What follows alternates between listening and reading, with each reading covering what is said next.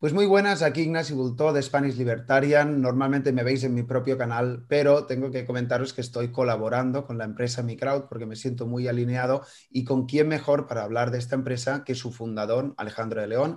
Vamos a estar hablando un ratito con él, despejando algunas dudas e intentando pues explicar de qué trata este negocio y de qué trata esto tan interesante que es el llamado capitalismo social. Y nada, vamos a estar pasando un buen rato con Alejandro. Alejandro, ¿cómo estás? ¿Qué tal, Ignasi? Encantado y como siempre un placer hablar contigo. Bueno, si no conocéis mi crowd, supongo que ya los conoceréis un poco porque si no, no estaríais viendo este vídeo, pero si algo nos hemos ido dando cuenta es que mucha gente no termina de entender un poco de qué trata tu empresa y justamente Ujú. este es el motivo principal para hacer esta entrevista, así que empecemos desde el inicio. Si quieres, háblanos de la parte previa a mi crowd, qué es lo que te llevó a montar esta empresa, en la medida de lo posible a ver si lo podemos hacer brevemente y luego vamos Claro. tocando otros temas. Pues mira, muy breve. Yo empecé dando becas a unos niños a través de una ONG que tenía. O sea, mi pasado es finanzas y banca, pero empecé dando unas becas a unos niños. Y la realidad es que las madres de estos niños me empezaron a pedir microcréditos. Así que empecé por 10, luego di 20, luego di 80 y cuando tenía 80 tenía que montar una empresa porque bueno, ya rozaba la ilegalidad flagrante, ¿no? Entonces, monté una empresa en noviembre de 2015, o sea, tenemos 5 años a día de hoy, eh, y básicamente lo que hacemos es financiar negocios de mujeres que consideramos y que un algoritmo nuestro que hemos desarrollado nos dice que son mujeres que nosotros llamamos extraordinarias, o sea, es decir, es una mujer que nos va a pagar, que es ambiciosa, que quiere crecer y que quiere repetir con nosotros en este crecimiento, el crédito, ¿no? Entonces, al final establecemos relaciones de muy largo plazo con estas mujeres, que son, bueno, base de la pirámide, mujeres pobres, en Latinoamérica, Costa Rica, Nicaragua, Perú, México y ahora estamos abriendo Pakistán. Eh, y básicamente después de financiarlas intentamos que al financiador, es decir, al inversor, que es lo que buscamos en mi crowd, eh, eh, pues le demos una rentabilidad acorde con el mercado o por encima del mercado. O sea, estamos intentando, nuestro objetivo es que el inversor obtenga como alrededor de un 7% de rentabilidad. Y por último, ¿por qué un 7%? Porque realmente si quieres que los grandes capitales inviertan y miren a estos países y a estos sectores, pues tienes que batir al mercado de capitales. Entonces nosotros queremos ser igual de rentables o más que la bolsa.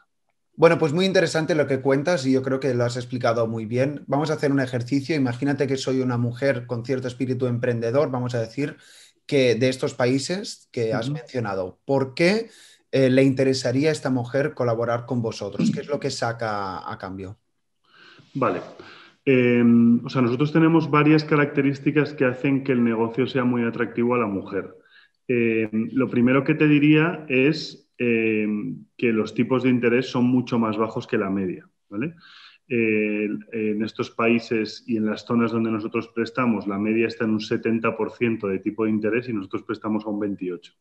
Obviamente a una persona que vive en Europa, pues un 28 le parece una barbaridad.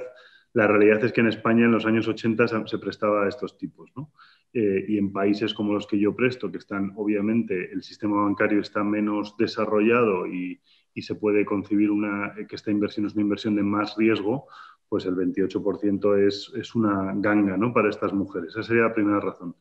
La segunda, e igual de importante en nuestras encuestas, es que damos 2 meses de carencia. Es decir, la señora que se quiere comprar el cerdo o la vaca tiene 2 meses para elegir cuál es la mejor vaca, cuándo sembrar el trigo, etcétera, porque le damos 2 meses de carencia.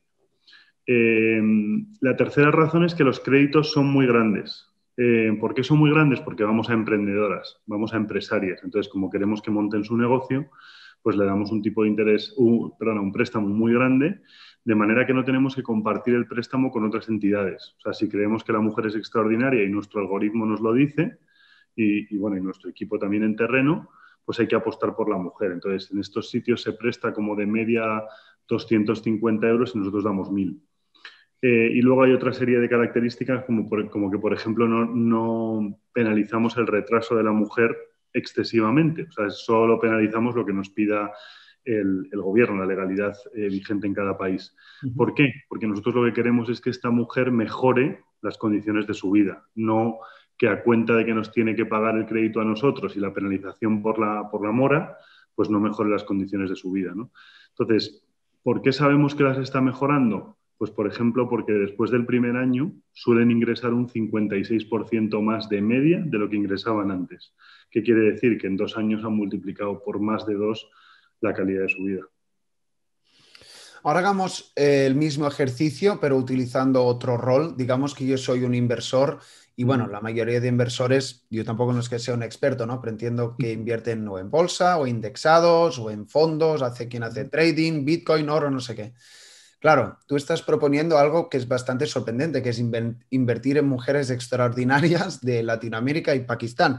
A ver si también pudiéramos hacer el argumento Sí. para convencerlos, vamos a decir, o para decirles que esta fórmula pues también funciona.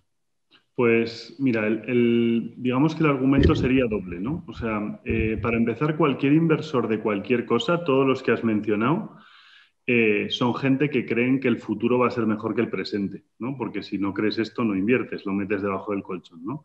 Entonces, nuestros inversores buscan eso. Lo primero es no solo creer que el futuro va a ser mejor que el presente, sino intentar ser parte de esta transformación, ¿no?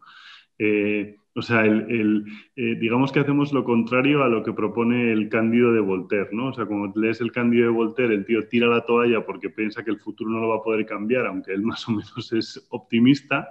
Nosotros intentamos que no nos invierta el Cándido, sino que invierta gente que cree que puede cambiar las cosas, ¿vale? Entonces, esa sería la primera característica, ¿no? Eso es lo que se llama, pues, impacto social, ¿no? O sea, pones tu dinero para que el futuro sea mejor que el presente y para cambiar las cosas.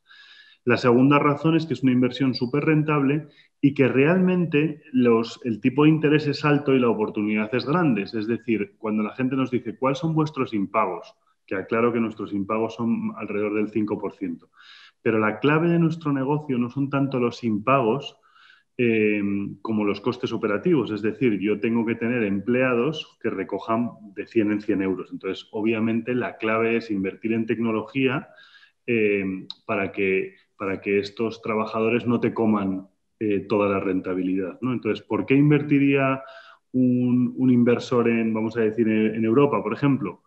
Porque nuestros costes operativos, al ser un producto muy tecnológico, están muy controlados, los impagos también, pero como os digo, los impagos casi es secundario a nivel rentabilidad y creemos que por estas dos razones podemos batir a la bolsa y por la primera razón que te dije antes, por el impacto social evidente que tenemos, ¿no? Nosotros cada crédito que damos, por ejemplo, generamos 2,45 puestos de trabajo, ¿no? O sea, es decir, ahí ayudamos a la creación de empleo masivamente en estas regiones, ¿no? Entonces, estas serían un poco las dos características. Bueno, otra vez una respuesta muy, muy clara y la verdad que es bastante, bastante innovador y también muy interesante esto que dices de la creación de riqueza gracias al crédito. Más o menos para ir entrando ya a la parte final de la entrevista, me quedan dos o tres preguntas. La pregunta en este caso es cómo respondes a las críticas habitualmente, ¿no? Porque sí que hemos visto que en tus apariciones públicas viene como gente anticapitalista, podríamos decir, que dice, ah, bueno, esto es usura, no sé qué, pero también viene cierta gente, no sabría cómo etiquetarla, porque dice, ah, claro, eso es misoginia, porque entonces dejáis a los hombres de lado. No sé si quieres abordar este tema o Sí. no, pero me gustaría saber un poco cómo respondes a estas críticas habitualmente. Bueno, esta pregunta me la hacen, como te puedes imaginar, un montón y te responden básicamente en dos partes. O sea, la gente, vamos a decir, de un pensamiento, por etiquetarlo de alguna manera, ¿no? Un pensamiento de izquierdas o de extrema izquierda, que son la gente que nos suele decir, oye, estás haciendo usura y estas pobres mujeres y tal. Si partimos, Ignasi, de la tesis de que la mujer es extraordinaria, esta mujer va a ser capaz de decidir si es usura o no es usura, ¿vale? O sea, nosotros no somos quien para decirle, no, esto es bueno para ti o esto es malo para ti, ¿no? Eh, entonces, nosotros intentamos no responder esa pregunta, creemos que la mujer la tiene que resolver, pero bueno, la realidad, y por constatártelo con hechos, nunca hemos gastado un euro en Latinoamérica ni en Pakistán en captar a estas mujeres. ¿Eso qué quiere decir? Que el producto es tan bueno que las mujeres nos entran por la puerta. Y bueno, por complementártelo con un poco más a nivel teórico, Aristóteles y Santo Tomás dedicaron años a intentar determinar lo que era el precio justo y no lo consiguieron, así que no va a llegar alguien ahora a determinarme qué es el precio justo en, en Nicaragua, en Perú, en México y lo que sea, ¿no? Pero ¿qué ocurre? Que es muy difícil. O sea, hay una parte que tomamos muy en serio en nuestra empresa, que es que nosotros no sabemos qué es lo mejor para las mujeres, ni las mujeres saben qué es lo mejor para nosotros. O sea, es decir, cuando tú hablas, por traerte un ejemplo a España, salario digno, el salario digno puede ser, uno puede ser digno en Murcia e indigno en Madrid, e indigno en Madrid y digno en La Coruña. O sea, es muy complicado decir qué es usura, qué no es usura, qué es salario digno, qué no es salario digno, etcétera. O sea, nosotros preferimos que sea el mercado y la realidad los que nos den respuesta a estas preguntas. Y la segunda parte, los que nos acusan como decías tú, de misoginia, que es muy correcto, y los que nos dicen, oye, Alejandro, eres un feminazi porque solo prestas a mujeres y entonces estás discriminando al hombre. Los que dicen que estoy discriminando al hombre, es correcto, estoy discriminando al hombre. Pero realmente, cuando montas cualquier empresa, tomar una decisión siempre es discriminar. O sea, es decir, cuando yo elijo montar una empresa siempre ponemos el mismo ejemplo, pero de bañadores de hombre, pues estás realmente discriminando a la mujer. Alguien me dirá, no, ya, pero es que la mujer puede ir y comprarse un bañador de hombre. Ok, sí. Nosotros realmente, si nos ponemos tan exquisitos, el hombre puede hacer la aplicación y pedir el préstamo, pero no se lo vamos a dar. ¿Y por qué no se lo damos? Porque sinceramente hay unas estadísticas bastante flagrantes de por qué prestar a mujeres este tipo de préstamos es mejor que prestar a hombres. Entonces, bueno, es una serie de variables que tomamos que no solo son económicas, sino que también son de impacto social. O sea, la mujer también ha demostrado que reinvierte mucho más parte de sus beneficios en su comunidad, en su familia, etcétera, que el hombre. O sea, más o menos dicen incluso pues reportes de la ONU y tal, que la mujer reinvierte en su familia alrededor del 80% y el hombre alrededor del 30%, ¿no? Entonces, claro, si sumas que la mujer es más rentable porque repaga mejor y que encima la mujer tiene más impacto social porque reinvierte más en su comunidad, pues es que al final son dos datos muy, muy radicales, ¿no? Bueno, otra vez una respuesta muy clara. Me quedan dos preguntas muy breves. Te he hablado antes de este concepto que te he escuchado alguna vez que hablas del capitalismo social. A ver si pudiéramos definir esto, ¿no? Porque esta etiqueta social normalmente se asocia más pues, a ciertas ideas quizás socialistas, estatistas, igualitaristas, redistributivas, vamos a decir, y parece que eso no casa con el capitalismo. A ver, si nos pudieras desarrollar o contar un poco la intención con la que utilizas esta definición. Vamos a ver, yo creo que capitalismo social es un pleonasmo. O sea, capitalismo social dice lo mismo las dos palabras. O sea, no se me ocurre nada más social que el capitalismo. ¿Qué es el capitalismo? El capitalismo es básicamente una señora vendiendo leche de vaca después de haber comprado una vaca. Entonces, el capitalismo es comprar y vender. Dos tipos en Estados Unidos que, que se dan la mano con su corbata y su chaqueta, pero se conocen desde hace años y ni siquiera están haciendo lo mejor para su empresa, eso es clientelismo, no capitalismo. Mm. El capitalismo no tiene cara, o sea, es impersonal y simplemente es una señora que no sabemos cómo se llama y alguien que le compra que tampoco sabemos cómo se llama, pero simplemente le compra porque es el mejor producto, ¿no? Entonces, eso es lo que me gusta a mí del capitalismo social, del capitalismo en general, perdón, y por eso lo considero social, porque es impersonal, porque no te pide, no distingue entre razas, vamos a decir, edades, pero ni siquiera entre la educación. O sea, es decir, para ser profesor de universidad hay que tener un doctorado, pero para vender zapatos en el pueblo, en Chinandega, en Nicaragua, simplemente hay que venderlos baratos y buenos, ¿no? Entonces, el capitalismo que premia el ingenio y premia la capacidad de trabajo. Si a esto le añades un porcentaje de suerte que necesitas en general, pues has dejado que la espontaneidad supere la planificación, ¿no? Claro. Ahora sí, la última pregunta y siguiendo en esta dirección del win-win, que es algo también muy, muy capitalista, me gustaría ver si pudieras definirme brevemente tu empresa o quizás qué es lo que ganan todas las partes implicadas en el proceso digamos, de creación de valor, vamos a decir, que genera mi crowd. Pues mira, te lo voy a decir y además te lo voy a decir en datos concretos, ¿vale? Para que cualquiera persona que lo vea pues se entere súper bien. Nosotros intentamos, o sea, te lo digo a nivel teórico lo que intentamos, obviamente es un objetivo muy ambicioso, ¿no? Lo que intentamos es prestar al 28, hay un 8% que se va en intermediación, o sea, en ineficiencias, te diría, o sea, es decir, enviar el dinero a Perú, que te vuelva el dinero de Perú, los días que está el dinero en la cuenta sin estar prestado, el tipo de cambio, etcétera. Y nuestro anhelo es nosotros ganar un 10 y que el inversor gane un 10, ¿vale? A día de hoy, la realidad es que nosotros ganamos menos de un 10, porque obviamente tenemos que eficientar todo y tenemos que conseguir más fondos para hacerlo más eficiente. Y el inversor también está ganando menos de un 10. La rentabilidad histórica pues debe estar alrededor del 7%, depende de la cartera y depende del inversor, ¿no? Pero más o menos sería un 7%. Entonces, ¿cuál es nuestro objetivo? Ganar lo mismo que el inversor nosotros. Obviamente nosotros, para que te des cuenta, cada 300 préstamos necesitamos 2 empleados, uno en administración y otro para recuperar el crédito. Entonces, claro, al final es un negocio muy intenso en capital humano. Nosotros tenemos 40 empleados y todos esos cobran a final de mes, ¿no?